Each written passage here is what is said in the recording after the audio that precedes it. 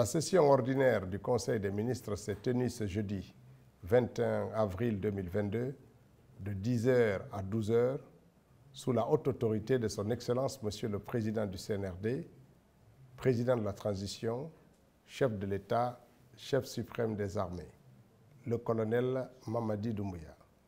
Les points suivants étaient inscrits à l'ordre du jour. Message de son Excellence Monsieur le Président de la Transition, communication, décisions et recommandations et divers. Message de son Excellence Monsieur le Président de la Transition. Le chef de l'État a porté essentiellement son message sur l'évaluation trimestrielle, individuelle et collective des membres du gouvernement, afin d'améliorer les performances de l'action gouvernementale. Il a demandé au chef du gouvernement de lui transmettre le bilan trimestriel des départements sectoriels, y compris le rapport d'évaluation et de performance de chaque ministre dans les meilleurs délais. Pour renforcer l'orthodoxie dans la gestion des deniers publics, le chef de l'État a annoncé la mise en place d'une cellule de dénonciation des actes de corruption à travers la mise en place du numéro vert suivant, 11 11, qui sera placé sous son autorité directe. Il est important de préciser que cette cellule ne devra et ne sera pas un instrument de diffamation ou de calomnie. La cellule sera en étroite collaboration avec les services spécialisés. Toutefois, le chef de l'État a rappelé que les auteurs des fausses dénonciations engagent leurs responsabilités morales et ou pénales. En information générale, le président de la transition, chef de l'État, a informé que le cadre de concertation qui est ouvert à toutes les forces vives de la nation sera l'espace pour se retrouver et échanger des problèmes de notre pays.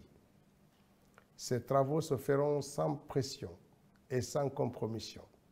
Seul l'intérêt du peuple de Guinée sera mis en avant. Dans cette concertation, les solutions des problèmes guinéens seront trouvées en Guinée et par les Guinéens. Le chef de l'État a rassuré de sa détermination à mener le chantier de la refondation jusqu'au bout. Communication. Monsieur le Premier ministre, chef de gouvernement, Mohamed Beyavogui, a présenté au nom du gouvernement et du président de la transition les condoléances les plus sincères au ministre de la Culture, qui a perdu son frère aîné à Kindia. Ensuite, le chef du gouvernement a porté à l'attention du Conseil les instructions reçues du président de la transition relatives à la suppression des taxes sur le matériel agricole et accessoires, et ceux destinés à la production de l'énergie solaire. Le Premier ministre a demandé un embargo sur la réexportation de ce matériel subventionné. Enfin, le Premier ministre a rappelé qu'au niveau des finances publiques, les comptes de l'État se portent bien pour cette période. Il faut donc accélérer le paiement des arriérés jusqu'à hauteur de 30 milliards de francs guinéens en faveur des PME en général. Pour favoriser une injonction des ressources auprès des communautés locales par effet induit, le plan de paiement pourrait commencer par le BTP et les travaux de l'intérieur du pays. Le ministre de l'Administration du Territoire et de la Décentralisation a fait une communication relative à la proposition de chronogramme soumise aux forces vives de la nation, société civile, partis politiques, etc. Il a présenté le document relatant les activités contenues dans le chronogramme de la transition et informé du lancement du cadre de concertation dédié au dialogue inclusif avec les acteurs politiques comme stipulé par la Charte de la transition en son article 77. Le ministre du Travail et de la Fonction publique a rappelé qu'en lien avec l'objectif de refondation de l'État exprimé avec force et conviction par le CNRD, il a procédé à un toilettage du fichier de l'administration qui a permis de libérer 11 000 postes et des départs à la retraite. Décisions et recommandations.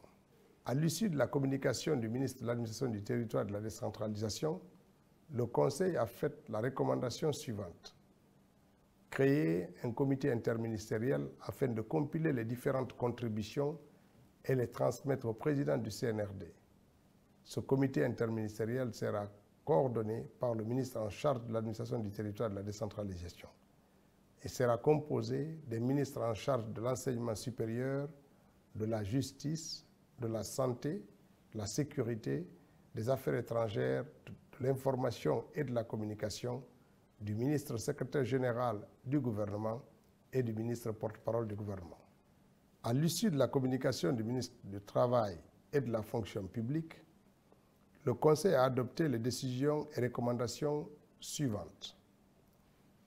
Privilégier le redéploiement des non-postés à toute initiative nouvelle de recrutement. Changer de paradigme en sortant du schéma de recrutement massif pour une politique de ressources humaines plus adaptée aux priorités sectorielles qui privilégie le recrutement au cas par cas. Compléter l'identification des besoins de chaque département en tenant compte de la situation des non-postés. Divers. Le ministre de l'Administration du Territoire a informé le Conseil de 2 cas d'urgence humanitaire à l'intérieur du pays. Une tornade ayant fait 600 cas de sans-abri à Kissidougou et un feu de brousse ayant causé 900 autres sans-abri à Niagassola, dans la préfecture de Sigiri. Les mesures d'accompagnement sont en cours d'organisation par le ministre de l'Administration du Territoire. La ministre de l'Information a informé le Conseil de la signature d'un arrêté conjoint sur la tarification des prestations au niveau des médias de service public. Elle a également informé le Conseil de la célébration de la Journée mondiale de la liberté de la presse le 3 mai prochain.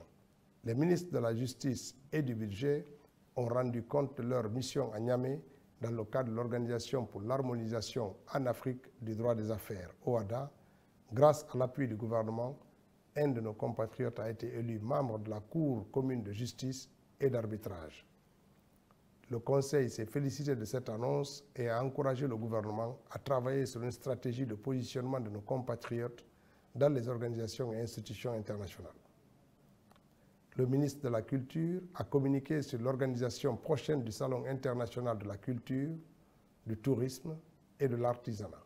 Enfin, le ministre des Affaires étrangères a fait part du bon déroulement des assises en Afrique, en Europe et en Amérique. Le Conseil des ministres, Conakry, le 21 avril 2022.